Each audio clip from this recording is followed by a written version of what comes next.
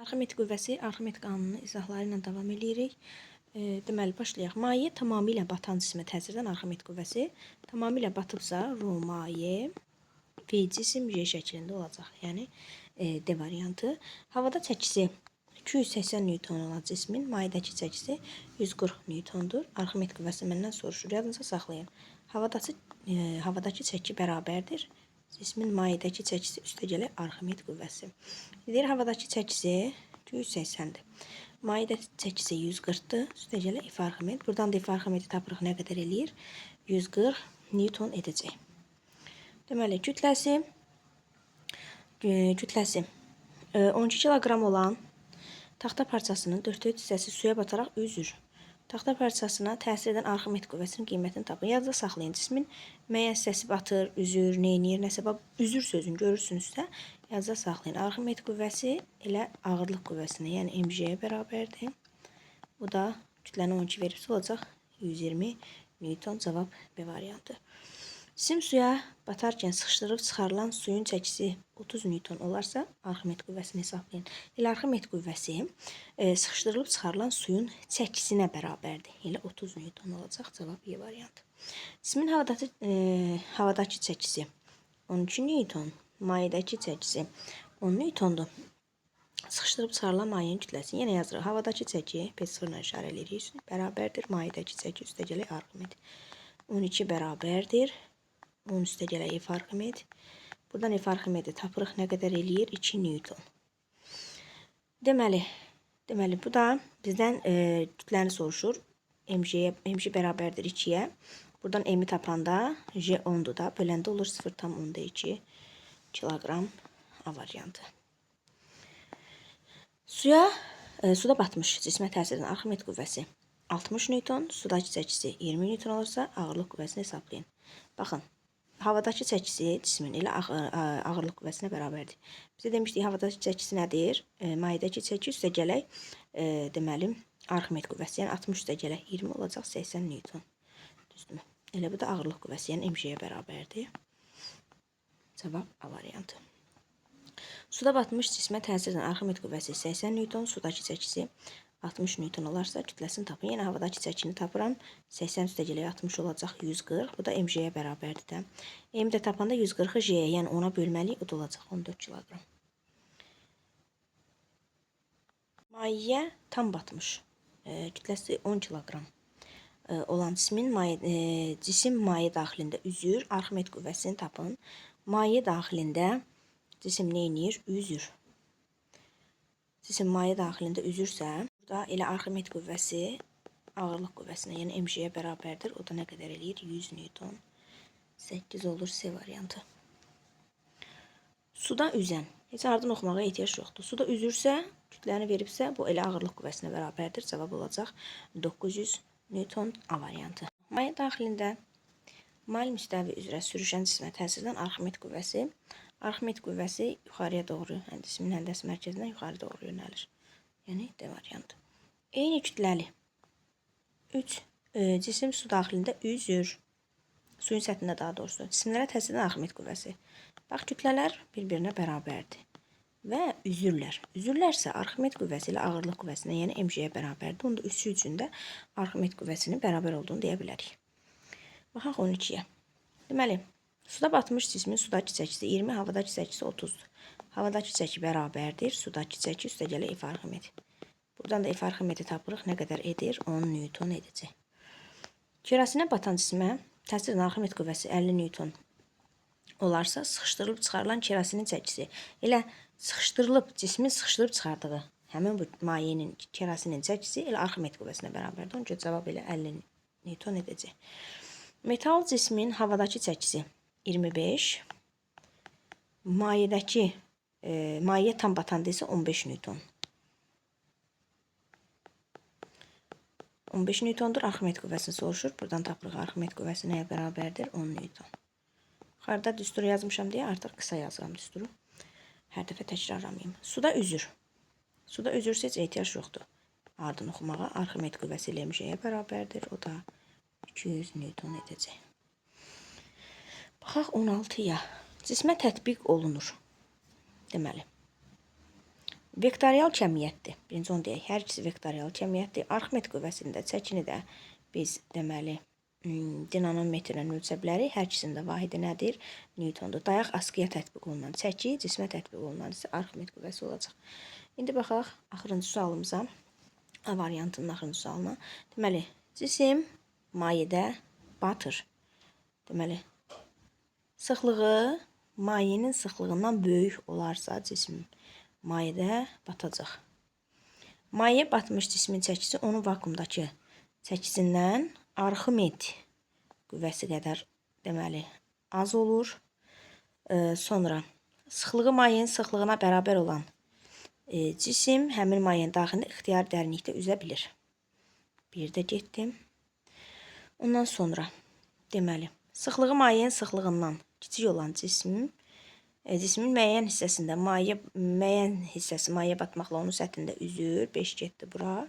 Cismə təsir edən Arximed qüvvəsi onu sıxışdırıb çıxartdığı deməli mayenin çəkisinə bərabər olur. Cavab olacaq 3, 4, 1, 5 və 2.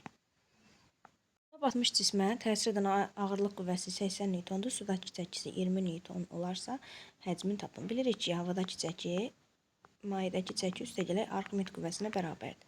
Ağırlıq qüvvəsi də elə havadakı çəkisidir. Yəni 80 bərabərdir. Sudakı çəkisi, yəni mayedəki çəkisi 20 üstəgələ F Arximed. Buradan tapıram ki, mənim F Arximedim nəyə bərabərdir? 60 Newton. İndi baxın, F Arximed nəyə bərabərdir? Romaye. Suda batıbsa elə V cisim yazaq. V cisim J-yə bərabərdir. İndi gəlin buradan V cisimi tapaq. V cisim də nəyə bərabərdir? F Arximed bölünsün Romaye vurulsun J-yə. Yəni 60 bölünsün deməli 1000. Suyun sıxlığı 1000-dir. J də 10-dur. Sıfırlar ixtisar gedir. 6 bölünsün 1000 metrin kubu. Bu da 6 kub desimetri verəcək. Ağzına kimi su ilə dolu stəkanın içərisindən 100 qram kütləli taxta parçası daxil etsək, stəkanın masaya göstərdiyi təzyiq qüvvəsi. Baxın, təzyiq qüvvəsi elə MJ-yə bərabərdir, düzdürmü? İndi mən 100 qram taxta parçasını suya daxil etsəm, öz çəkisi qədər suyu sıxışdırıb çıxardacaq. Yekunda da təzyiq qüvvəsində, yəni MJ-də heç bir dəyişiklik olmayacaq. Ona görə cavab A variantı. Deməli, həcmi 600 kub santimetr olan taxta parçası suda üzür. Və onun 4/4 hissəsi suya batmışdır. Deməli, tirciyə təsir edən Arximed qüvvəsi üzürsə, elə MJ-yə bərabərdir. M-in də yerinə rho cisim və cisim J yaza bilərəm. İndi gəlin rho cisimi tapaq. Çünki bizə verməyib rho cisimi. Onda yazırıq. Romaye bölünsün rho cisim bərabərdir V cisim bölünsün V batan. Mayenin sıxlığını verib 1000-dir. Rho cisimi axtarıram. Baxın, 4/3 hissəsi suya batıb. Yəni, V batan böl V cisim 4/3 olacaq, 3/4. Buradan rho cisimi tapıram. Eləyir 3000 bölünsün 4. Gətirirəm, yuxarıda yazıram. Deməli, cismin həcmin mənə 600 kub santimetr verib. Mən onu metrə çevirməliyəm də. Onda da nə edirik? 600 vurulsun 10 üstündə santimetr metr cəmdə olacaq. -6 vurulsun 10-a. Deməli, 1, 2, 3, baxın, bax bu 0, 1, 2, 3, 4, 5, 6, bax bu 10 -6 bunların hamısını aparacaq. 18 bölünsün 4. Bu da 2-də 9. Bu da mənə 4,5 Newtonu verəcək. Yəni, E variantı olacaq. Sıxlığı cismin sıxlığından 3 dəfə böyük olan mayedə, yəni rho maye nəyə bərabərdir? 3 rho cismə. Mayedə üzərkən cismin həcminin hansı hissəsi mayədən kənarda qalıbdır? İndi yazaq. Rho, deməli, rho cisim bölünsün rho maye, üzmə şərtini yazaq. Olacaq. V batan bölünsün V cismə. Düzdürmü? İndi gəl yazaq. Rho cisim. Rho mayenin yerinə də 3 rho cisim yazaq. İxtisar getsə qalacaq 3/1. V batan bölünsün V cisim bizə batan həcmi göstərdi. Yəni 3/1 hissəsi batıbsa tam 1-dir də. Elə bil. Batan həcmi çıxıram, batmayan həcm qalır, kənarda qalan. Bu da 3/2-ni verəcək. Alan. Deməli, mayenin səthində üzən cismin həcminin 3/2 hissəsi mayeyə batıb. Gəl üzmə şərtini daha doğrusu tez yazaq. Bax, rho cisim bölünsün rho maye bərabərdir. V batan bölünsün V cisim. V batan böl V cisim 3/2-dir. İndi ikincisindən oxuyaq. Deyir, bu cismi sıxlığı 2 dəfə çox olan başqa bir mayeyə salaq. Buna bir romaye 1 deyək. Bax, yenə həminki cismi salıram.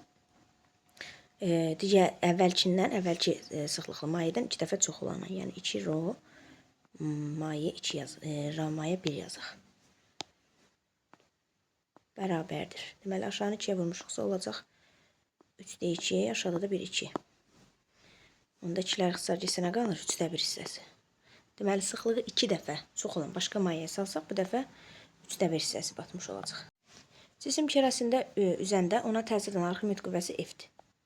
Həmin cisim suda üzəndə ona təsir edən Arximed qüvvəsi. Üzürsə, F Arximed mg'dir.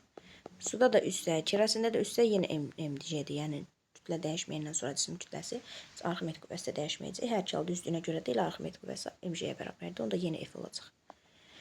Sonra suda üzən buz parçasının hansı hissəsi suya batar? Gəlin üzmə şərtini yazaq. Rho cisim bölünsün romaye bərabərdir V batan bölünsün V cismə. Deməli, buz parçasının sıxlığı 900, suyun da sıxlığı 1000. İxtisar getsə nə qalır? 10-da 9, bu da 0,9'u verir. Yəni 0,9 hissəsi batar. C variantı. 8-ə. Cismin vakuumdakı çəkisi mayedəki çəkisindən 3 dəfə böyükdür. Yəni havadakı çəkisi P0 bərabər olacaq 3P mayeyə, indeksə maye yazmıram. Cismin sıxlığı nəyə bərabərdir? İndi gəl baxaq. P0 nəyə bərabərdir havadakı çəki? Mayedəki çəki üstə gələk F Arximedə. Buradan mayedəki çəkini tapaq. Olacaq P0 çıx F Arximed. İndi gəl buradan P-ni tapaq. P nəyə bərabərdir? P0 bölünsün 3-ə. Getirək aşağıda yerinə yazaq. Olacaq P0 bölü 3 bərabərdir. P0 çıx F Arximed. Buradan da mən F Arximedi tapıram. Nəyə bərabər olacaq? 3-də 2 P0-a. Düzdürmü? İndi gəl yazaq. Arximed nəyə bərabərdir? Arximed. Romaye V cisim J bərabərdir 3-də 2. P0-ın yerine də mg yazırıq. Mg də rho cisim V cisim J'dir. Rho cisim V cisim J. V cisim J'lər getdi. Buradan alıram romaye nəyə bərabərdir? 3-də 2 rho cismə. Rho cismi də tapıram buradan. Deməli, olacaq bax 3 romaye bərabərdir 2 rho cismə. Rho cismi də tapanda olacaq 3 romaye bölünsün 2-yə. Və yaxud 1,5 romaye. Yəni A variantı olacaq. Suda üzən buz parçasının su səthindən yuxarıda qalan hissəsinin həcmi 5 kub metrdir. Buz parçasının tam həcmin məndən soruşur. Gəlin yazaq. Rho cisim bölünsün romaye bərabərdir V batan bölünsün V cismə. İndi yazaq. Bax. 900 bölünsün 1000. 900 deyib 9000 yazıram. Olacaq 900 bölünsün 1000. Bu da mənə nəyə verəcək? 10-da 9'u. Düzdürmü? İndi bax. 10-da 9 da bərabərdir. Deməli, batan həcm. Yuxarıda qalan, deyir ki, buz parçasının su səthindən yuxarıda qalan hissəsinin həcmi 5 kub metrdir. Deməli, batmayan hissəsi 5 kub metrdir. Onda və batanın yerinə nə yazacağım? V cisim çıxılsın 5 bölünsün V cismə. Gəl açaq. 9 V cisim bərabərdir 10 V cisim çıxılsın 50-yə. Deməli, olacaq V cisim bərabərdir 50. Məndən də buz parçasının tam həcmini soruşurdu. Tam həcmi 50'dir. Yəni, C variantı. Onlar sıxlıqları bu qədər olan cisimlərin sıxlığı romaye bərabərdir 3,1 qram bölü santimetr kub olan mayeyə buraxsalar, hansı mayedə batar? Mayenin batması üçün cismin sıxlığı mayenin sıxlığından böyük olmalıdır. Mayenin sıxlığı 3,1'dir. 3,1'dən böyük olan bir rho 2'dir, bir də rho 3'dür. Yəni 2 və 3 A variantı olacaq. 11'ə. Deməli, həcmi 3 kub metr olan cisim həcminin 2 kub metrini suya bataraq üzür. Arximed qüvvəsi. Arximed qüvvəsini tapın deyir. Romaye V batan J. Romaye suda 10^3 vurulsun. Batan isə 2 kub metrdir. J də 10'dur. Bu da mənə nəyi verir? Deməli 20 kilo newtonu verəcək. Baxaq 12'yə. Sıxlığı mayenin sıxlığından kiçik olan Cisim maye daxilində tarazlıqdadır. Cisimə təsir edən arximetrik qüvvəsi 100 Newton, ipdə yaranan gərilmə qüvvəsi 80 Newton olarsa ağırlıq qüvvəsi. Deməli, arximetrik qüvvəsi qaldırıcı qüvvədir, yuxarıya doğru yönəlir. Aşağıya doğru da bir MJ var. Yuxarıya təsir edən qüvvələr aşağıya təsir edən qüvvələrə bərabər olmalıdır ki, tarazlıq qorunsun. Yəni, arximetrik qüvvəsi 100, yuxarıya 100 təsir edir, aşağı 80. Deməli, MJ-yə nə qalır? 20 Newton qalır. C variantı. Bağlanmış 400 qram kütləli cisim maye daxilində tarazlıqdadır. İpdə yaranan gərilmə qüvvəsi 12 Newton olarsa arximetrik qüvvəsini soruşur. Baxın, aşağıya bir T gərilməsi var, bir də MJ ağırlıq var. Gəl birinci M-i tapaq. M-i verib daha doğrusu kiloqrama çevirək. 1000-ə böləndə 0,4, J-yə də vuranda olacaq 4. Arximetrik qüvvəsi də qaldırıcı qüvvədir, yuxarıdadır. Tarazlıqda qalması üçün yuxarıya təsir edən qüvvələr aşağıya təsir edən qüvvələrin cəminə bərabər olmalıdır. Bunda arximetr mənə nəyi verəcək? 16 Newtonu verəcək. Batırılmış cismə təsir edən arximetrik qüvvəsinin cismin mayeyə batan hissəsinin həcmindən asılı qrafiki verilib. Mayenin sıxlığı. Arximetrik qüvvəsi Rho-maye və batan J-dir. Arximedi ver, bax, gəlin hesablayaq. 10-dur. Bərabərdir Rho-maye, batan həcm 1. Vurulsun 10. Deməli, desimetrdir, metrin kubuna çevirməliyim. Onda olacaq Rho-maye nə qədər? 1000. 10 üstü mənfi böləndə o da qalxır yuxarı, nəsə olur 1000 kiloqram bölünsün metr. Maye batırılan cismə təsir edən arximetrik qüvvəsinin cismi sıxışdırıb çıxardığı mayenin çəkisindən asılığı.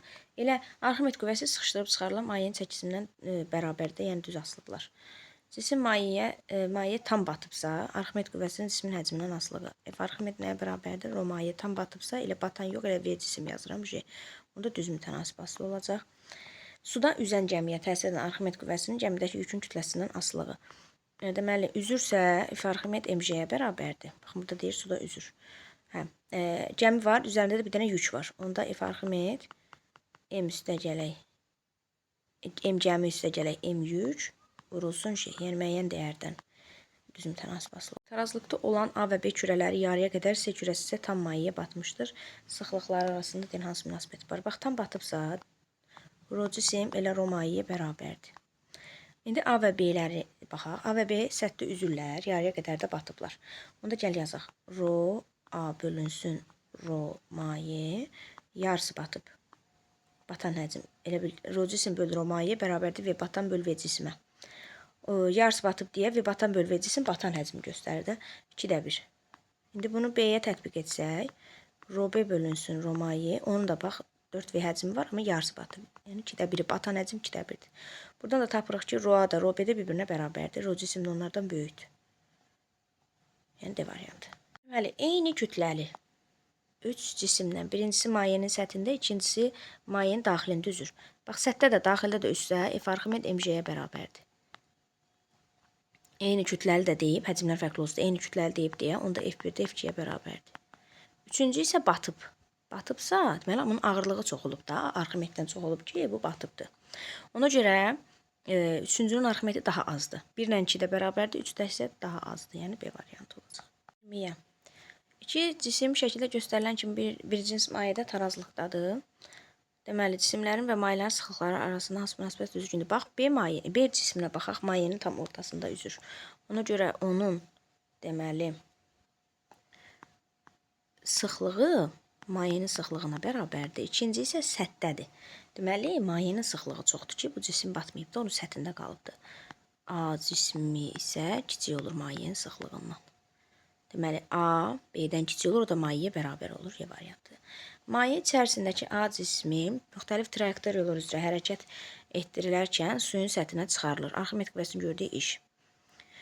Arximetrik qüvvəsinin gördüyü iş hər üçündə eyni olacaq. Eyni bir nöqtədən başlayıb eyni bir hündürlüyə qaldırılırlar. Yəni, trayektoriyanın burada önəmi yoxdur. Hansı trayektoriya? Əsas o da hündürlükdən asılıdırlar. Eyni nöqtədə başlayıb eyni hündürlüyə qalxırlar deyə üçündə də bərabərdir. Suda batmış 5 kiloqram kütləli. Suda batıb. Kütləli cismə təsir edən arximetrik qüvvəsi 30 Newtondur. Deməli, sudakı çəkisini tapın. Bax, cisim buradadır. Suda batıb. Suda batıbsa, aşağıya doğru bir onun MJ-si var. Ağırlığı. Sonra yuxarıya doğru bir N reaksiya qüvvəsi var. Çünki suda batıbdır bu. Artıq tutduğu yerdən, bu dayaqdan yuxarıya bir reaksiya qüvvəsi təsir edəcək. Bir də yuxarıya doğru Arximedi var. Deməli, n üstə gələk. F Arximed mg-yə bərabərdir. Buradan n-i tapsaq, deməli, mg nə qədər olacaq? 50 çıxılsın. Arximeddə 30. Bu da mənə nəyi verir? 20-ni verəcək. Yəni 20 Newton olacaq cavab. Dənizdə üzən qayığa təsir edən Arximed qüvvəsi 5 kilonewtondur, yəni 5000 newtondur. Bu üzürsə, bax, üzən sözü var. Bu elə mg ağırlığa bərabərdir. İndi onda mən bu qayığın ümumi kütləsi tapsam, olacaq, J-yə böləcəm, olacaq 500 kiloqram. Deyir, bunun 200 kiloqramı yükün payına düşür. Bəs öz payına nə qədər düşəcək? Yəni 500-dən, 500 ümumidir. Qayıqla yükün birlikdə kütləsidir. Oradan yükün kütləsini tapıram 300 kiloqram. 4 kubmetr olan cisim kerasində batmışdır. Arximed qüvvəsini kilo newtondan istəyir. Romaye batıbsa elə və batdan əvəzinə V cisim yazaq. İndi kerasinin sıxlığını verib 800 vurulsun 0,4. Cismin həcmi J-də 10.